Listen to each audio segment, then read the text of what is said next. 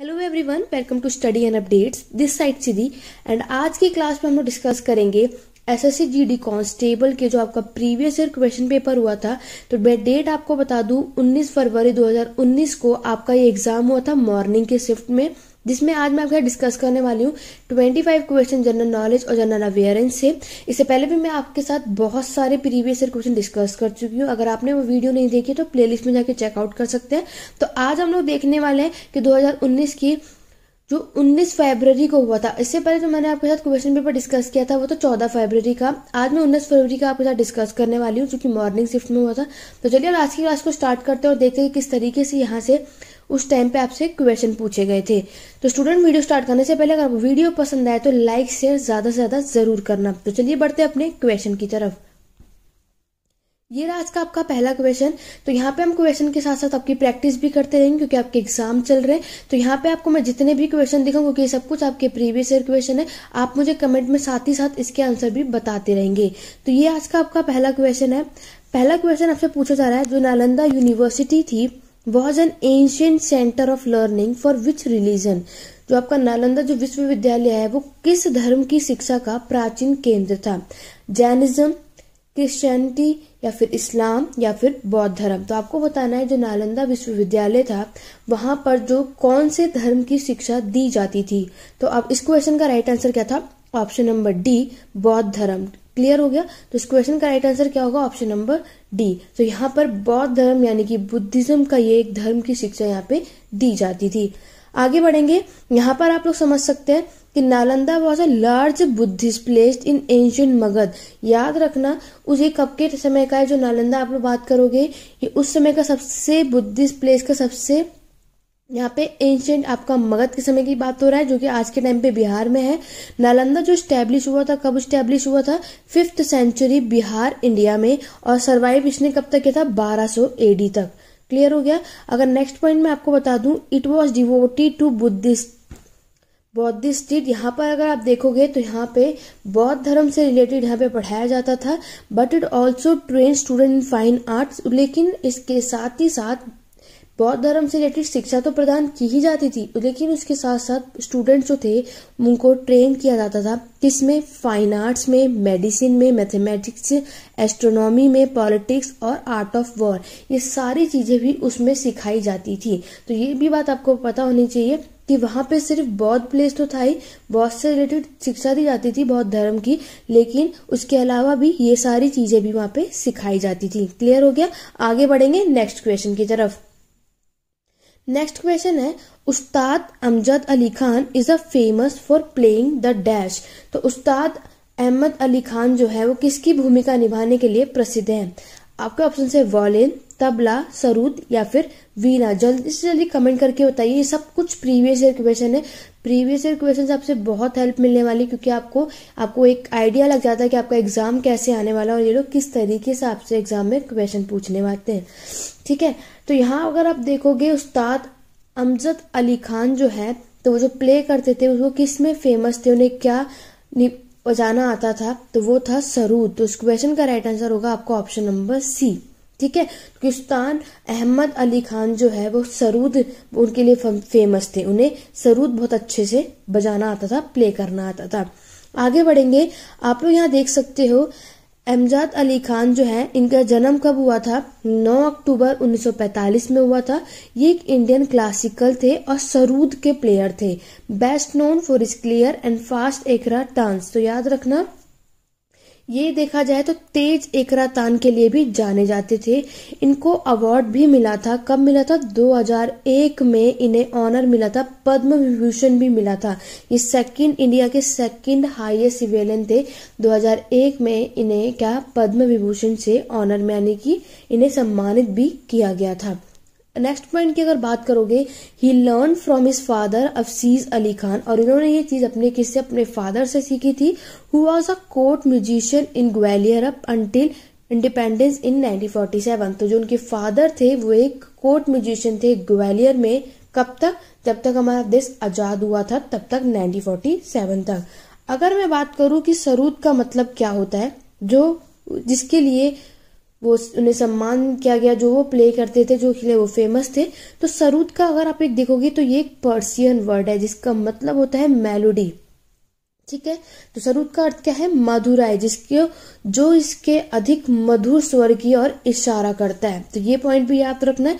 Main जो आपको बस डेट याद रखनी है, ईयर भी आपको याद रखना है। और आपसे ये भी पूछा जा सकता है कि पद्म विभूषण जो है 2001 में वो किसे मिला था, तो ये पॉइंट भी आपको पता होना चाहिए। आगे बढ़ेंगे नेक्स्ट क्वेश्चन की तरफ। नेक्स्ट क्वेश्चन है, under which of the following situations the fundamental right to freedom is curtailed in India. आपको यहाँ बताना है इनमें से किस स्थिति में भारत में मौलिक स्वतंत्रता के अधिकार में कटौती की गई है। आपके ऑप्शंस है महामारी आपातकाल, राष्ट्रीय आपातकाल, वित्तीय आपातकाल या फिर राज्य आपातकाल।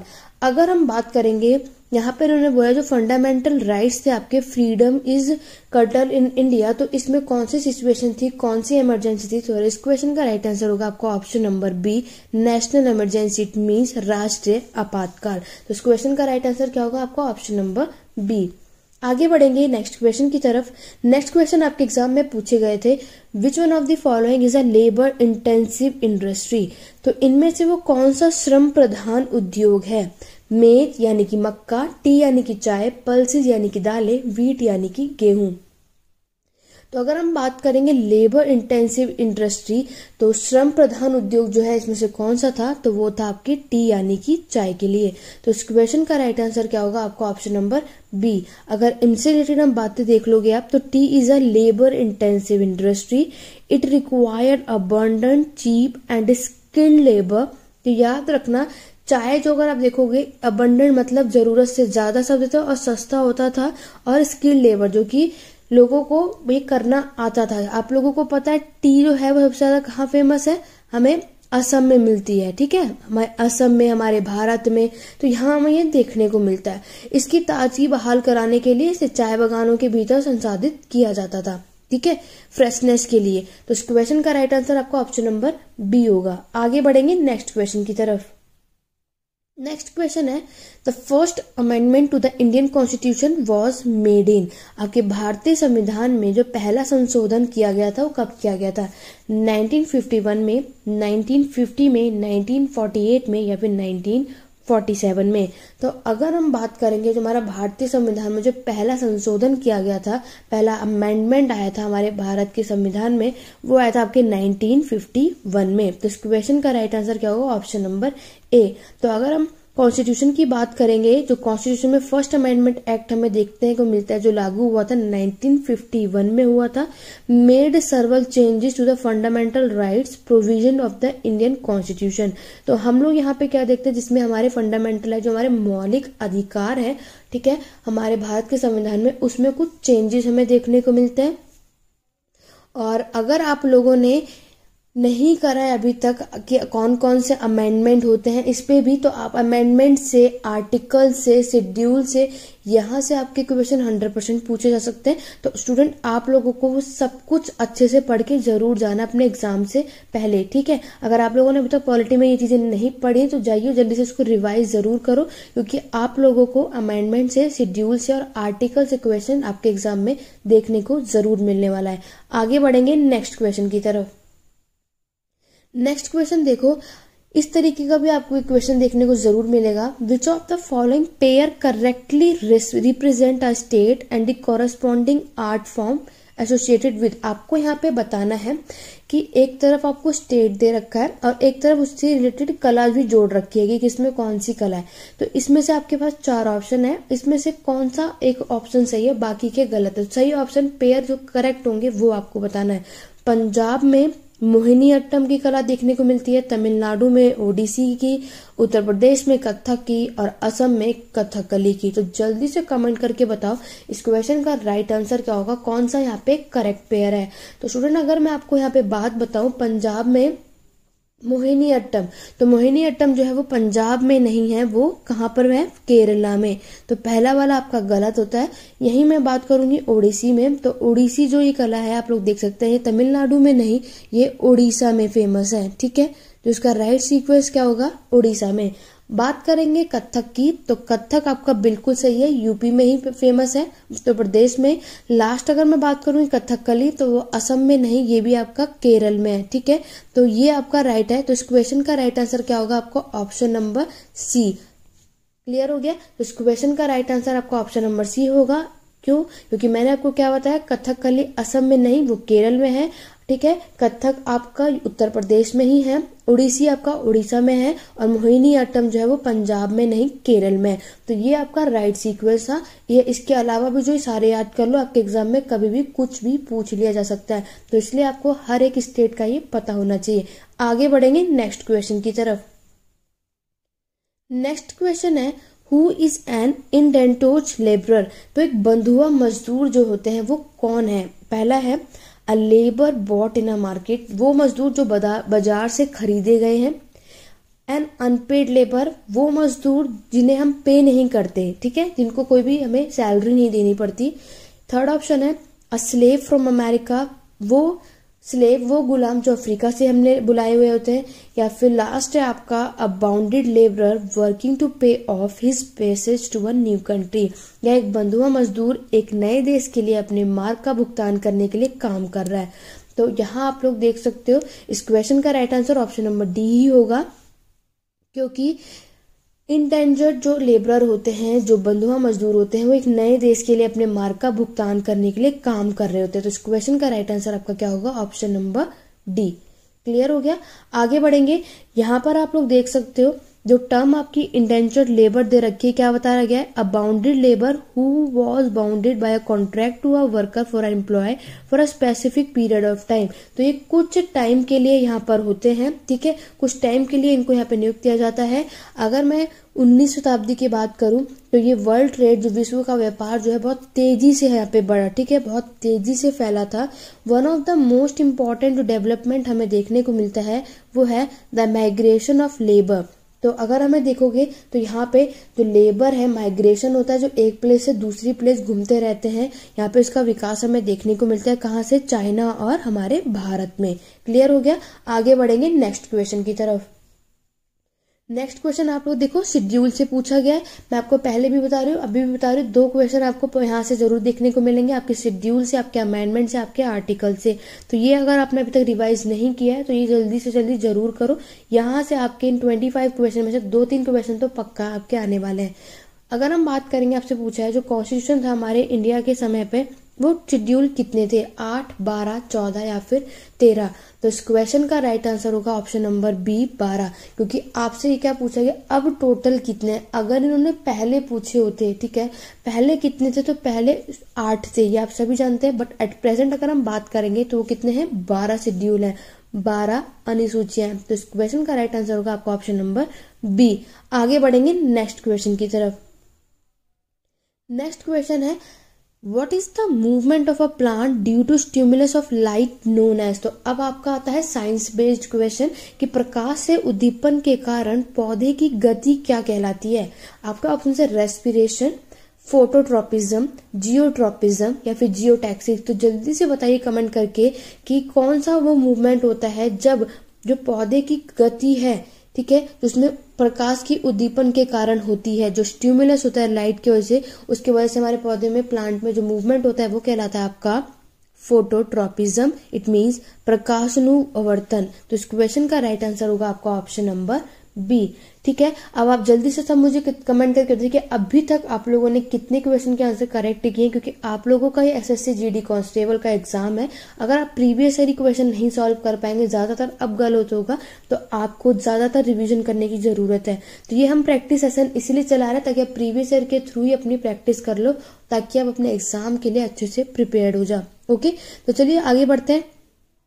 ये आप लोग पढ़ सकते हैं कि फोटोट्रोपिज्म, ये प्लांट ग्रो टूवर्ड्स और away from light and phototropism. यहाँ पे क्या कहना चाहता है, यहाँ पे ये क्या कह रहा है, जो फोटोट्रोपिज्म है ये प्रकाश की ओर से और उससे जो दूर पौधे की जो वृद्धि हो रही है, जो ग्रोथ हो रही है, और जो फोटोप्रोटिज्म की वजह से फूलों का नियमन हो रहा है, ठीक है।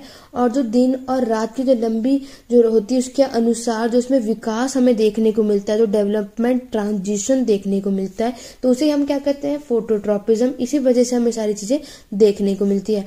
आगे बढ़ेंगे नेक्स्ट क्वेश्चन की तरफ।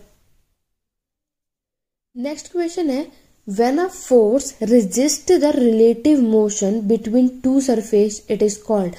आपको यहाँ बताना है जब कोई बल दो सतहों के बीच अपेक्षित गति का विरोध करता है तो उसे क्या कहते हैं। इंडक्शन यानी कि प्रेरण, कन्वेंशन यानी कि संवहन, फ्रिक्शन यानी कि घर्षण, या फिर रेजिस्टेंस यानी कि प्रतिरोध। तो अगर हम बात करेंगे जब कोई बल दो सतहों के बीच में अपेक्षित गति का विरोध करता है तो उसे कहा जाता है फ्रिक्शन। तो इस क्वेश्चन का राइट आंसर होगा आपका ऑप्शन नंबर सी। क्लियर हो गया। आगे बढ़ेंगे नेक्स्ट क्वेश्चन की तरफ। इस क्वेश्चन का आंसर आप सभी को आता होगा क्योंकि इस तरीके के क्वेश्चन मैनी टाइम पूछे जा चुके हैं, चाहे आप किसी भी कॉम्पिटेटिव एग्जाम में गए होंगे। यहाँ पे आपसे पूछा है which type of micro organism causes typhoid. तो टाइफाइड जो होता है वो किस सूक्ष्म जीव की वजह से होता है, फंगस, बैक्टीरिया, वायरस या फिर प्रोटोजोआ। तो टाइफाइड जो आपकी बीमारी है, जो ये डिजीज है, ये किसके वजह से होता है, आपके बैक्टीरिया की वजह से। तो इस क्वेश्चन का राइट आंसर आपको ऑप्शन नंबर बी, क्योंकि आप सभी को मोस्टली ये क्वेश्चन एसएससी का आप लोग कोई भी एग्जाम देखोगे तो इस तरीके का क्वेश्चन आपको जरूर आपके क्वेश्चन पेपर में देखने को जरूर मिलता है। तो ऐसे क्वेश्चन डिजीज का चैप्टर तो मैं आपको सभी को सजेस्ट करूंगी, चाहे आप किसी भी कॉम्पिटेटिव एग्जाम की तैयारी कर रहे हो, डिजीज का चैप्टर बहुत अच्छे से करके जाओ। यहाँ से आपको एक दो क्वेश्चन आपके एग्जाम में पक्का पूछे जाएगा, चाहे आप कोई भी कॉम्पिटेटिव एग्जाम की तैयारी कर रहे हो। ओके, आगे बढ़ेंगे। यहाँ पर आप देख सकते हो टाइफाइड एक बैक्टीरियल इन्फेक्शन होता है जिसकी वजह से हाई फीवर हो जाता है, डायरिया हो जाता है और उससे फिर वॉमिटिंग आती है। इस वजह से पता चलता है हमें कि लोगों को क्या हो गया है, टाइफाइड हो चुका है। और ये क्या कारण है, बैक्टीरियल सल्मोनियल टाइफाइड के कारण होता है। आगे बढ़ेंगे नेक्स्ट क्वेश्चन की तरफ। यहाँ इस क्वेश्चन में पूछा गया था river Yamuna does not pass through which of the following state. आपको यहाँ बताना है यमुना नदी जो है इनमें से किस राज्य से होकर नहीं गुजरती, उत्तर प्रदेश, उत्तराखंड, गुजरात या फिर हरियाणा। अगर हम बात करेंगे जो यमुना नदी है वो कौन से राज्य से होकर नहीं गुजरती, तो वो है आपका गुजरात। तो इस क्वेश्चन का राइट आंसर क्या होगा आप सबका, ऑप्शन नंबर सी। आगे बढ़ेंगे नेक्स्ट क्वेश्चन की तरफ। नेक्स्ट क्वेश्चन में पूछा गया है what diluted acetic acid commonly known as. जो पतला एसिटिक एसिड है आमतौर पर किस नाम से जाना जाता है, बुविट्रॉल से, एलम से, विनेगर से या फिर ओलम से। तो अगर हम बात करेंगे जो आपका एसिटिक एसिड है वो किस नाम से जाना जाता है, वो जाना जाता है आपके विनेगर से। तो इस क्वेश्चन का राइट आंसर क्या होगा, ऑप्शन नंबर सी, विनेगर यानी कि आपके सिरका। आगे बढ़ेंगे। यहाँ पर आप देख सकते हो एसिटिक एसिड जो है ये एक नेचुरल प्रोडक्ट होता है फर्मेंटेशन का and widely use in the form of common vinegar. तो आप लोग देख सकते हैं ये आमतौर पे हम सिरका के रूप में, इस व्यापक के रूप में इसका हम लोग यूज करते हैं। एसिडिक जो एसिड होता है आप लोग कहाँ पे देख सकते हैं, समुद्र के पानी में। तेल का जो क्षेत्र होता है जिसके नमकीन होते हैं उसमें, बारिश और कई पौधों और जानवरों के तरल पदार्थों में इसके ट्रेस यहाँ पर हमें देखने को मिलते हैं। क्लियर हो गया।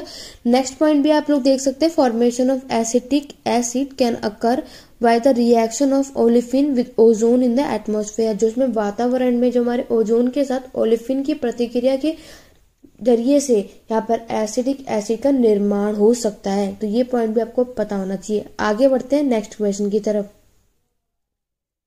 नेक्स्ट क्वेश्चन में पूछा गया है आपको बताना है कि यहाँ पे जो फेमस प्लेबैक सिंगर थे is a recipient of the Bharat Ratna award. जो प्रसिद्ध पार्श्व गायक थे, भारत रत्न का पुरस्कार वो किसको प्राप्त हुआ था, लता मंगेशकर को, श्रेया घोषाल को, आशा भोसले को या फिर सुभा मुदगल को। तो इस क्वेश्चन का राइट आंसर क्या होगा, option number A, Lata Mangeshkar को। क्लियर हो गया। तो इस ऑप्शन क्या होगा, इस क्वेश्चन का राइट आंसर है आपका ऑप्शन नंबर ए। आगे बढ़ेंगे और आप लोग यहाँ पे देख सकते हैं with thousand of song in over 30 languages under her belt, Lata Mangeshkar is arguably the most well known playback singer of Indian cinema. तो ये ऐसी थी जिन्होंने 30 लैंग्वेज में, समझ रहे हैं आप लोग, 30 लैंग्वेज में इन्होंने अपने गीतों को गाया था। ठीक है, बहुत सारे सॉन्ग्स इन्होंने गाए थे, थाउजेंड्स ऑफ सॉन्ग जिसमें इन्होंने 30 लैंग्वेजों में इन्होंने गाना गाया था। और इन्हें भारत रत्न से क्या किया गया था, अवार्ड दिया गया था 2001 में। लता मंगेशकर ने अपना जो करियर स्टार्ट किया था वो 1942 में किया था, ठीक है। और वो एक एक्टर बनी थी किसमें, इन मराठी और हिंदी फिल्म में। और इन्होंने अपना जो रिकॉर्ड किया था पहला हिंदी प्लेबैक सॉन्ग 1945 में, कौन सी मूवी में, गजबाहू। तो गजबाहू जो मूवी है सबसे पहला हिंदी प्लेबैक सॉन्ग इन्होंने यहीं पर दिया था, ठीक है। तो ये कुछ इंपॉर्टेंट बातें बता दी है मैंने, ताकि थोड़ा अगर आपको कॉन्सेप्ट पता होगा तो इन फ्यूचर अगर आपसे आगे क्वेश्चन पूछा जाए कि इन्होंने कितनी लैंग्वेजों में, लता मंगेशकर ने सबसे ज्यादा, तो आपको ये भी पता होना चाहिए 30 लैंग्वेज में इन्होंने क्या किया है, बहुत सारे गाने गाए थे। आगे बढ़ेंगे नेक्स्ट क्वेश्चन की तरफ। नेक्स्ट क्वेश्चन है बहुत ही सिंपल और इजी क्वेश्चन है, इसका आंसर तो आप में से कोई भी गलत नहीं करेगा। Which day celebrated as the world environment day. तो कौन से दिन हम लोग विश्व पर्यावरण दिवस के रूप में मनाया जाता है, तो इसका राइट आंसर क्या होगा, ऑप्शन नंबर डी, 5 जून को, ठीक है। इसका आंसर आप सभी जानते हैं क्योंकि मैक्सिमम टाइम रिपीट होता है, ठीक है। तो साथ ही साथ आप मुझे कमेंट करके बताओगे कि इस साल जो है वर्ल्ड एनवायरमेंट डे का जो थीम क्या था, ठीक है। आप सबको यही है कि आप मुझे अभी के अभी थीम बताओगे वर्ल्ड एनवायरमेंट डे का, कि इसका थीम क्या है इस साल।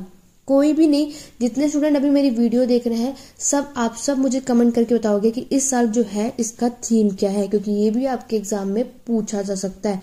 आगे बढ़ेंगे नेक्स्ट क्वेश्चन की तरफ। नेक्स्ट क्वेश्चन है, in the contest of Indian national movement who was known as frontier Gandhi.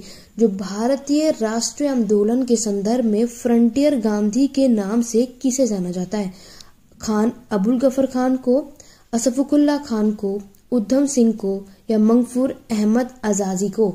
ये क्वेश्चन आपसे प्रीवियस ईयर में पूछा गया था कि फ्रंटियर गांधी जो है इस नाम से और कौन जाना जाता है, तो इसका राइट आंसर था आपका option number A, Khan Abul Gruffudd Khan को। क्लियर हो गया। तो इस क्वेश्चन का राइट आंसर क्या होगा आप सबका, ऑप्शन नंबर ए। तो इनसे रिलेटेड कुछ और बातें बता दूं, आपके एग्जाम में पूछी जा सकती है। खान अबुल गफर खान को और बच्चा खान भी बोला जाता था, ठीक है। ये एक पश्तून स्वतंत्रता के कार्यकर्ता थे। कौन थे, ये एक पश्तून इंडिपेंडेंस की अगर आप बात करोगे कैंपिंग चलाते थे, जिन्होंने भारत में ब्रिटिश राज के शासन को समाप्त करने के लिए अभियान भी चलाया था, ठीक है। ये चाहते थे कि भारत में जो ब्रिटिशर्स का राज चल रहा था उसको खत्म कराने के लिए इन्होंने अभियान भी चलाए थे, कैंपेन भी चलाए थे। तो इसी वजह से इनका निक नेम आप लोग देख सकते हैं, फ्रंटियर गांधी के नाम से इन्हें जाना जाता था। यहाँ पे अगर हम बात करेंगे कि फाउंडेड द खुदाई खिदमत, बहुत इंपॉर्टेंट पॉइंट है, ये आपके एग्जाम में पूछा जाता है कि खुदाई खिदमतगार, जिसे बोला जाता है सर्वेंट ऑफ गॉड, जो भगवान का सेवक होता है। ये मूवमेंट, ये आंदोलन की स्थापना की थी इन्होंने, कब की थी, 1929 में, ठीक है। ये आपके क्वेश्चन में पूछा जा सकता है, ये आपके एग्जाम में आएगा, तो ये पॉइंट भी याद रखना। खुदाई खिदमतगार जो है ये किसने फाउंड किया था, तो राइट आंसर क्या होगा, खान अब्दुल गफर खान को। ये एग्जाम में पूछा जा सकता है, बहुत इंपॉर्टेंट पॉइंट है। आगे बढ़ते हैं नेक्स्ट क्वेश्चन की तरफ। नेक्स्ट क्वेश्चन आपसे पूछा गया था, dash is known as the eastern mountain range. तो किसमें को पूर्वी पर्वत श्रृंखला के रूप में जाना जाता है, शिवालिक, पटाई रेंज को, काराकोरम, या फिर अरावली को। अगर हम बात करेंगे कि जो ईस्टर्न माउंटेन रेंज है वो किसके रूप में जाना जाता है, तो वो है पटाईकाई रेंज को, पटकाई रेंज। तो इस क्वेश्चन का राइट आंसर क्या होगा आपका, ऑप्शन नंबर बी। आगे बढ़ेंगे नेक्स्ट क्वेश्चन की तरफ। नेक्स्ट क्वेश्चन में आप सबसे पूछा गया है, Who won the national squash 2018 women's single title. तो राष्ट्रीय रकवास 2018 महिला एकल खिताब जो है वो किसने जीता था, भुवनेश्वरी ने, उर्वशी जोशी ने, दीपिका पल्लिका ने, या फिर ज्योत्सना चिनिप्पा ने। तो इस क्वेश्चन का राइट आंसर क्या था, option number D, Jyotsna Chinappa ने ये अवार्ड जीता था। तो इस क्वेश्चन का right answer option number D होगा। आगे बढ़ेंगे नेक्स्ट क्वेश्चन की तरफ। नेक्स्ट क्वेश्चन है, What do bank utilise a major portion of the deposit for. जो बैंक में जमा करने के लिए एक बड़ा हिस्से का उपयोग किस लिए करते हैं, as a interest, as a guarantee, as a loan, या फिर एज अ कोलेटरल। तो इस क्वेश्चन का राइट आंसर आपका ऑप्शन नंबर सी होगा कि लोन के तौर पर क्या करते हैं, बैंक जमा करने के लिए एक बड़ा हिस्से का जो उपयोग करते हैं वो लोन के लिए, ऋण के लिए किया करते हैं। तो इस क्वेश्चन का राइट आंसर क्या होगा आपका ऑप्शन नंबर सी। यहाँ पर आप लोग देख सकते हैं कि मेजर पोर्शन अगर आप डिपॉजिट करोगे बैंक में तो यहाँ पर क्या क्या एक्सटेंड कर दिया जाता है लोन को, ठीक है, लोन टू बोरोवर। तो ये सारी बातें आपको जरूर पता होना चाहिए। आगे बढ़ेंगे नेक्स्ट क्वेश्चन की तरफ। इस क्वेश्चन में आपसे पूछा गया था the ICC emerging player of the year 2018 was awarded to. तो आपको मैंने पहले भी बताया था, इस बार मैं दोबारा आपको बता रही हूँ। 2019 का पेपर है तो आपसे 2018 के यहाँ पे स्पोर्ट्स से बेस्ड क्वेश्चन पूछे गए हैं। तो आप लोगों को अब जो आप अपने स्पोर्ट्स की तैयारी कर रहे हो 2020 से लेकर के 2021 तक के सारे जितने हो सकते हैं स्पोर्ट्स के क्वेश्चन अच्छे से करके जाना, यहीं से आपको आपके एग्जाम में क्वेश्चन देखने को मिलने वाले हैं। तो यहाँ पर आपसे 2018 का पूछा है कि आईसीसी इमर्जिंग जो प्लेयर्स ऑफ द ईयर थे 2018 से सम्मानित किसको किया गया था? केएल राहुल को, हार्दिक पांड्या को, ऋषभ पंत को या फिर शिखर धवन को। तो इस क्वेश्चन का राइट आंसर था option number C, Rishabh Pant को यहाँ पे सम्मानित किया गया था। क्लियर हो गया? तो इसका राइट आंसर क्या होगा आपका? Option number C. आगे बढ़ेंगे नेक्स्ट क्वेश्चन की तरफ। नेक्स्ट क्वेश्चन है, यहाँ पे एक स्लोगन दिया गया था, वो workers of the world unite, ये किससे जुड़ा हुआ है? ठीक है, दुनिया के मजदूर एक हो जाओ, ये जो नारा है किससे जुड़ा था? रशियन रेवोल्यूशन, रूसी की क्रांति से, हार्दिक की क्रांति से, अमेरिका का जो क्रांति हुआ था या जापानी के क्रांति से। तो वर्कर जो है सब लोग एकजुट हो जाओ, ये जो आपको स्लोगन देखने को, जो नारा आप लोगों को देखने को मिलता है, ये मिलेगा आपको रशियन रेवोल्यूशन यानी कि रूस की क्रांति के समय पर।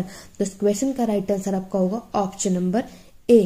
क्लियर हो गया? तो ये सारे राइट आंसर हैं। इसी तरीके से ही आपको आपके एग्जाम में क्वेश्चन देखने को मिलेगा। प्रीवियस ईयर आप लोग जितना हो सके सारे प्रीवियस ईयर सॉल्व कर लो, क्योंकि यहीं से अगर आपने प्रीवियस ईयर सारे सॉल्व कर लिए, उसमें अच्छा स्कोर कर लिया, तो इस बार भी आप अपना एग्जाम इजीली से क्रैक कर पाएंगे। ओके स्टूडेंट, आगे बढ़ेंगे नेक्स्ट क्वेश्चन की तरफ। नेक्स्ट क्वेश्चन है, विच of the following statement is not correct? Question आपको बहुत ध्यान से पढ़ना है।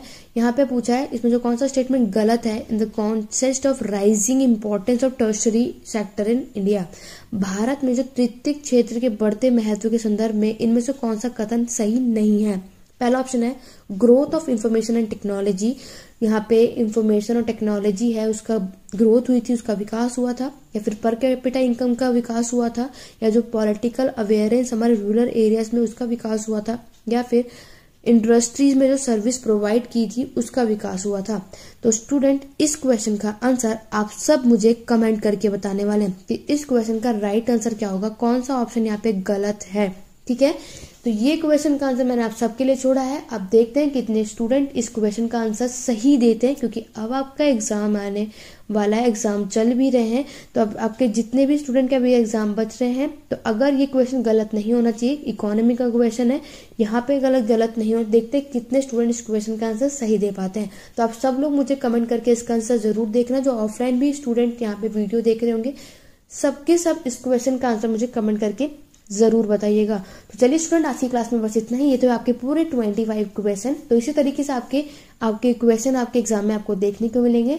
तो चलिए आप मुझे कमेंट करके जरूर बताना 25 क्वेश्चन में से आप सबने कितना स्कोर किया। तो आज की वीडियो में बस इतना ही। वीडियो पसंद आए तो लाइक करो, शेयर करो, चैनल को सब्सक्राइब करो, बेल आइकन जरूर प्रेस करना, ताकि हमारी जो सीरीज चल रही है प्रीवियस ईयर क्वेश्चन की, आपके एग्जाम तक हम डेली अपने यही पूरी कोशिश करेंगे कि आप प्रीवियस ईयर क्वेश्चन आपको कराते रहें। ओके, आज की क्लास कैसी लगी, आप लोगों ने कितना स्कोर किया, ये सब मुझे कमेंट करके जरूर बताइएगा। तो चलिए आज की क्लास में बस इतना ही। Thank you for watching.